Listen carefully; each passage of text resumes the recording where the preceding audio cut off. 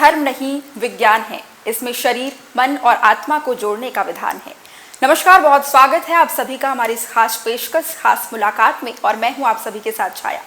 खास मुलाकात में आज हमारे साथ बहुत ही खास मेहमान जुड़ने वाली हैं और डॉक्टर मंजू झा जी हमारे साथ जुड़ रही हैं। योग गुरु हैं और 21 जून को हर साल अंतर्राष्ट्रीय योग दिवस के रूप में मनाया जाता है और इस दिन को सेलिब्रेट करने के लिए हम आज योग गुरु, जो कि छत्तीसगढ़ में बहुत ही इनकी अच्छी पहचान है और एक अच्छा खासा, ये बहुत ही कम उम्र में इन्होंने ये सफलता हासिल की है और आज इन्हीं से चर्चा करेंगे, योग के बारे में जानेंगे। और चलिए शुरुआत करते हैं। मैम, सबसे पहले बहुत बहुत स्वागत है आपका हमारे खास कार्यक्रम में। सबसे पहले बताइएगा कि कैसे इस क्षेत्र में आना हुआ, योग के बारे में शुरुआत कैसे हुई और कैसे कदम रखा आपने इस क्षेत्र में, कैसे रुचि आई आपकी? वैसे तो मेरा विवाह बहुत कम उम्र में हो गया। आज के ज़माने के हिसाब से 20 और 21 के बीच में मेरी शादी हुई और तब मैंने ग्रेजुएशन भी नहीं किया था। शादी होने के बाद एक भरे पूरे परिवार में आई मैं। ससुराल मेरा बहुत ही अच्छे फैमिली को मैं बिलोंग कर रही थी, तो मुझे नीड कुछ भी नहीं था। घर में सारी सुख सुविधाएं थी, कार था, फ्रिज था, सारी चीज़ें थी और मैं अपने काम में लगी रहती थी। मुझे बहुत आनंद आता था। एक परिवार में बहू बन के रहना मुझे बहुत पसंद था। जो भी मेहमान आते थे उनकी खातिरदारी करना, मतलब कई तरह के भोजन पकवान बनाना, वो मेरा इंटरेस्ट था। वो मैं करते करते आगे बढ़ रही थी। मुझे पता भी नहीं था कि लाइफ इसके अलावा और कुछ होता भी है, इस दरवाजे के बाहर भी कुछ है। ये मैंने कभी सोचा भी नहीं, करने का भी नहीं सोचा और ज़रूरत भी नहीं पड़ी। लेकिन जब मैं अपने पहले बड़े बेटे को जन्म दी तो उस वक्त मेरी जो सास हैं वो बहुत बल्कि शरीर था उनका, भारी था और उनकी हाइट भी लगभग मेरे जैसी ही थी। तो हम जब उनको देखे कि वो मेरे बेटे को लेकर खड़ी नहीं हो पाती थी, मतलब सपोर्ट चाहिए था उनको, बेड का सपोर्ट, चेयर का सपोर्ट, तो उस वक्त वो भावना मेरे अंदर आई कि मेरी भी हाइट कम है तो मेरा भी यही हाल आगे चलकर होगा। क्योंकि बच्चे के जन्म देने के बाद हम माताएं जो हैं, शरीर जो हमारा भारी हो जाता है उस वक्त। तो मैं अपने भारी शरीर को देखकर थोड़ा भयभीत हो गई। ये बात और है कि उस समय, आज से समझ लीजिए आप 30 साल पहले की बात कह रही हूँ मैं आपको, तो 30 साल पहले उतना योग का प्रचार प्रसार नहीं था। टीवी चैनल भी उतने ज़्यादा नहीं थे जहाँ हम देख पाएँ कि योग के कुछ कार्यक्रम होते हैं। मैं अनायास ही योग करने लगी क्योंकि मैं केंद्रीय विद्यालय में मेरी पढ़ाई हुई है और केंद्रीय विद्यालय में उस वक्त योगा की क्लासेस चलती थी। तो जो बचपन में मैंने किया था, बस मैं उसको अपने घर में एक चादर बिछाकर करना शुरू करी और करते करते करते एक प्रकार का मुझे नशा हो गया उसका। यानी कि मैं योग किए बिना नहीं रह पाती थी। इतना घर में काम होता था, डस्टिंग है, झाड़ू पोछा, बर्तन कपड़ा, तब हम ज़्यादा सर्वेंट नहीं रखते थे। तब वो काम के साथ साथ मैं योग को छोड़ती नहीं थी। भले दोपहर को 12 बजे करूं, लेकिन मैं योग करती थी और योग करते करते मैंने उसको अनुभव करना शुरू किया। यानी कि मैं योग के आसनों को जीने लगी और ऐसा करते करते मैंने अपने 15 साल बिता दिए। बाद में मुझे ऐसा लगा कि जिस योग को मैं जी रही हूँ तो इसके विषय में कुछ होता होगा, पढ़ाई होती होगी। तो मेरे अंदर फिर जिज्ञासा पैदा हुई और इस बीच मैंने प्राइवेट योग, मैंने बीए कर लिया था भोज यूनिवर्सिटी से। तो ग्रेजुएशन मेरा था और इसी बीच मेरे बैक में पेन शुरू हुआ। इतना ज़्यादा बैक में पेन शुरू हुआ कि मैं मतलब एक फ्रीज हो गई थी बिल्कुल। मेरा शरीर हिल डुल नहीं रहा था। MRI से पता चला कि C5, L5, S1 ब्लॉक है, बहुत ज़्यादा उसमें प्रॉब्लम है और इमीडिएट सर्जरी करनी पड़ेगी क्योंकि मैं हिल नहीं पा रही थी और बहुत पेन था, पेन किलर खाने के बाद भी। उस वक्त मुझे पता नहीं क्या अंदर से आया कि योग से क्यों ना हम पहले अपने आप को ठीक करके देखें। सर्जरी करना तो बहुत आसान है, जाकर लेट जाएंगे, और बच्चे बहुत छोटे थे मेरे उस वक्त, तो 3 बच्चे मेरे हो गए थे उस वक्त तक। तो मैंने सोचा कि पहले घर पर जाती हूँ, बच्चों की छुट्टियाँ होंगी, सैटरडे संडे ऐसा कुछ गिनेंगे ताकि हम हॉस्पिटल में एडमिट होकर सर्जरी करा सकें। तो 15 डेज़ की मेडिसिन लेकर मैं घर आ गई।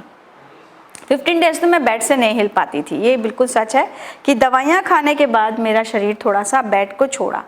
उसके बाद फिर मैंने हॉस्पिटल की तरफ नहीं देखा और मैं नीचे मैट बिछाकर पवन मुक्तासन भाग 1 से मैंने शुरू किया।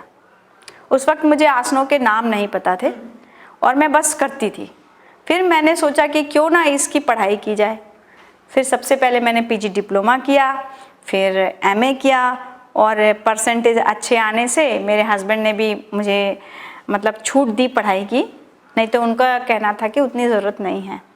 फिर मैंने इसकी पढ़ाई की और धीरे धीरे जब मैं ठीक हो गई तो मुझे लगा कि स्वार्थी नहीं होना चाहिए। तो फिर मैंने अपने कॉलोनी में ही महिलाओं को पहले निःशुल्क कराना शुरू किया और सबको इंसिस्ट किया कि मेरे छत पे आओ, करो। और सब कहते थे कि मैं भाभी जी आप इतनी मेंटेन हैं तो अकेली अकेली हैं, हमेशा अपने आप को मेंटेन रखती। तो मैंने कहा चलो आप लोग भी छत पे आ जाओ भाई, सुबह उठना पड़ता है उसके लिए। और वास्तव में वो सारी महिलाएं आई भी और पहला दिन मेरा था जिसमें 11 औरतें मेरे पास थीं। सोचिए उस टाइम 2009-10 की बात है, 2009-10 की बात है और 11 औरतें मेरे पास आईं। यानी औरतों के अंदर भी होता है कुछ करने का जिज्ञासा, पर हम परिवार में अपने बच्चे, पति, इन सब जिम्मेदारियों में बंधे रहते हैं, इसलिए हम लोग अपने बारे में नहीं सोच पाते हैं। पर मेरे कहने पर 11 औरतें उस दिन आई मेरे छत पर और वो दिन है और आज का दिन है। मैं लगातार लोगों को योग करवा रही हूँ और मैंने रविशंकर यूनिवर्सिटी में भी 4 साल के आसपास बच्चों को पढ़ाया, एनआईटी में 3 साल मैंने पढ़ाया बच्चों को। और मेरा संस्था है मृत्युंजय योगा, जो आप देख सकती हैं गूगल में। बिल्कुल, आपने बहुत अच्छी बात कही। अपने पूरे जो शुरुआती दौर था उसके बारे में आप सभी दर्शकों को हमारे आपने बताया है। एक वाक्य है, करें योग रहे निरोग। आपको क्या लगता है इस आजकल की जो भाग दौड़ भरी जिंदगी है और लोगों का खान पान है काफी अव्यवस्थित है, और इसमें ये जो लोग योग करके सच में क्या निरोग रह सकते हैं? योग करें योग रहे निरोग, इसमें पहला जो शब्द है करें योग, दैट मीन्स करना पड़ेगा। और अगर आप करते हैं योग तो निरोगी बिल्कुल रहेंगे, क्योंकि अगर हमारे शरीर में कोई बीमारी आती है, व्याधि आती है, तो योग शास्त्र कहता है कि 80-90% बीमारी मन की होती है। और जो योग करता है वो अपने मन और तन को जोड़कर श्वासों के साथ लीन होकर करता है। तो स्वाभाविक है अगर आप ये दोनों को जोड़ते हैं तो आप निरोगी रहेंगे।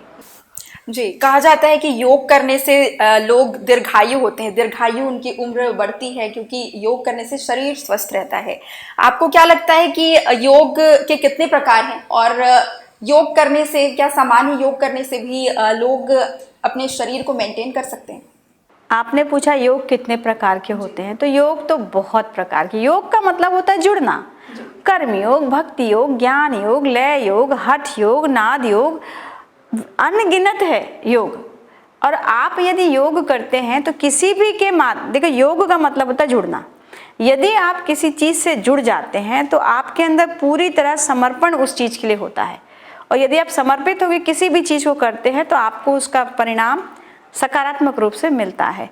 तो योग करने से आप बिल्कुल स्वस्थ रह सकते हैं, क्योंकि योग करने के लिए आपको आपका श्वास बहुत महत्वपूर्ण है।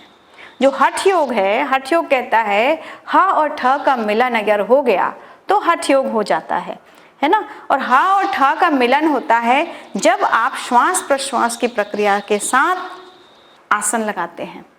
तो जब आप आसन करेंगे और उसमें आपके श्वासों पर, आपके शरीर के हर एक अंग पर, आपकी इंद्रियों पर यदि आपने नियंत्रण करना शुरू कर दिया तो अपने आप निरोगी हो जाएंगे।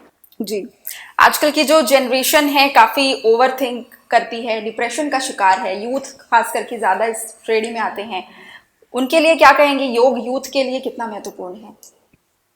योग तो सभी के लिए महत्वपूर्ण, जन्म से लेकर मृत्यु तक, बाल्य अवस्था से लेकर मरणासन तक योग आवश्यक है। जैसे भोजन आवश्यक है, हवा आपको आवश्यक है, बिना वायु के आप जिंदा नहीं रह सकते, बिना भोजन के आप जिंदा नहीं रह सकते। तो ये जो आपकी यात्रा है शरीर के माध्यम से, तो अगर आप शरीर को स्वस्थ नहीं रखेंगे तो आपकी यात्रा लंबी होगी। जी, इसीलिए योग रोज जरूरी है करना। जी, एक दिन करने से आपको मिलेगा लाभ, लेकिन नित्य अभ्यास से ही जी, आप निरोगी काया पा सकते हैं। जी।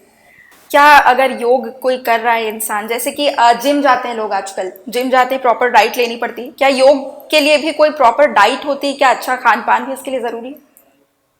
योग में तो संतुलित आहार होता है जी। जैसे जिम में आप जाते हैं तो आपको तुरंत कहा जाता है कि 10-12 अंडे खाओ, मांस खाओ और प्रोटीन लो। योग में बिल्कुल उल्टा है। जब आप योग से जुड़ते हैं तो आपकी इंद्रियां आपके नियंत्रण में आने लगती हैं।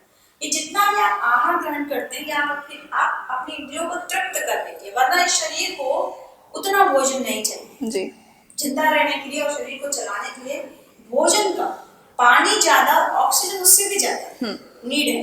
लेकिन अगर आप योग के माध्यम से जानना चाहोगे तो योग, जैसे आप योग से जुड़ते हो, जी। आपको कोई इंस्ट्रक्शन दिया नहीं जाएगा कि आप ये मत खाइए, आप वो खाइए।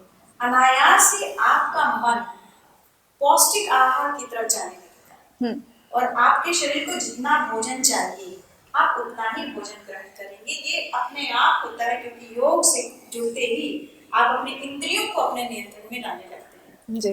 तो योग में जो भोजन होता है वो सात्विक होता है। जी।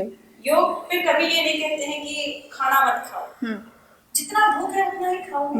तो दाल, दही, रोटी, सब्जियां, हरी सब्जियां, ये सब खाने का बिल्कुल अलाउ है। पर मांसाहारी खाना मना है ऐसा भी नहीं है। अगर आप बचा सकते हो, अगर आपको नीड है, तो योग ये नहीं कहता है कि आप मांसाहारी हैं तो आप आसन नहीं कर सकते। जी।